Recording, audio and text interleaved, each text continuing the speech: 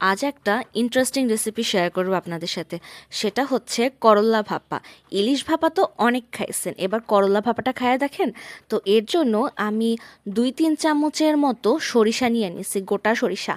আমি কালো সরিষাটা নিছি, আপনারা চাইলে সাদা সরিষাও নিতে পারেন। এখানে আমি হচ্ছে নারিকেল দিয়ে দিতেছিলাম 3 থেকে 4 চামচ। এটা দেওয়ার পরে আর হচ্ছে গিয়া কাঁচামরিচ দেবো। যদি আপনারা ঝাল বেশি খান তাহলে 3-4টা কাঁচামরিচ দিতে পারেন। তো আমি এখানে কাঁচামরিচ দিছি 3টা, একটু জল দিয়ে এটা ব্লেন্ডার করে নেব। আর এখানে কড়াইতে আমি একটু তেল দিয়া এর ভিতরে করল্লাগুলো, আর আমি করলার সাথে আলুও দিছিলাম। তো করল্লাটা সুন্দর করে এপিট ওপিট করে ভাইজা নেব, একদম বেশি ভাজার দরকার নেই, খুব সামান্য পরিমাণে ভাইজা নেব, একটু সেদ্ধ সেদ্ধ হইলেই হয়ে যাবে। যেহেতু এটা মাছ না, মাছ তো তাড়াতাড়ি সেদ্ধ হয়ে যায়, ইলিশ মাছ যেটা, কিন্তু করল্লাটা একটু শক্ত থাকেই না। আর অনেকে আছে করল্লা খাইতে চায় না কারণ তিতার কারণে।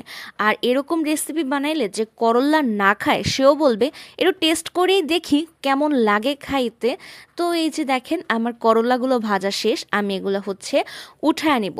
এই তেলেই আমি হচ্ছে আলুগুলা সুন্দর করে ভাজা নেব। আলু যেহেতু একটু মোটা মোটা করে কাটছি, এগুলো একটু ঢাকনা দিয়ে দিয়ে ভাজতে হবে, তাহলে ভিতরটা সেদ্ধ হয়ে যাবে আর সুন্দর ভাজাও হয়ে যাবে। এই যে দেখেন আমার করলাগুলা তেল ঝইরা গেছে, এখন আমি এগুলা উঠাই নিতেছি। এই যে দেখেন একদম মায়ের যে কড়াই আছে না, ওই কড়াইতে করছি, একদম মজা মজা হবে।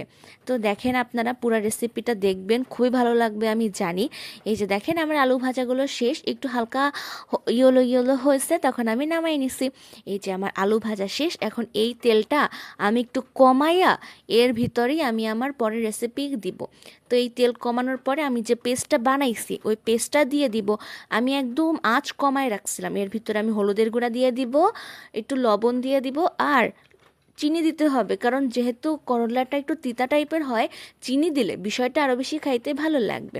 আর এখানে আমি একটু জল দিয়ে দিছিলাম, দেওয়ার পরে এটা সুন্দর করে একটা ফোটা শুরু করলে এর ভিতরে আমি করলা আর আলু যেগুলো ভাইজা রাখছিলাম ওগুলাও দিয়ে দিব।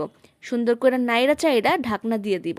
ঢাকনা দেওয়ার ফলে হবে কি, অনেক সুন্দর করে আলু যতটুকু সেদ্ধ না হয়েছে ওটা পর্যন্ত সেদ্ধ হয়ে যাবে, আর খাইতে খুবই টেস্টি লাগবে।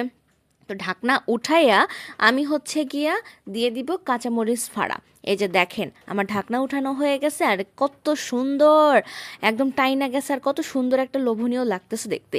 আর উপর দিয়ে একটুখানি সরিষার তেল দিয়ে দিব, তাহলে সরিষার যে অ্যারোমা আর যে স্মেলটা আসে তাতেই তো খাওয়া হয়ে যায়। এই যে দেখেন আমার রান্না শেষ, খুবই ইজি, মাত্র 2-3টা পদ্ধতিতেই রান্না করা যায়। এরকম করলা যদি রান্না করে ছোট বাচ্চাদের দেন, ওরা তো কখনোই বলবে না যে আমি খাবো না করলা। তো অবশ্যই রেসিপিটা ট্রাই করবেন, আর কেমন লাগলো কমেন্টে জানাবেন।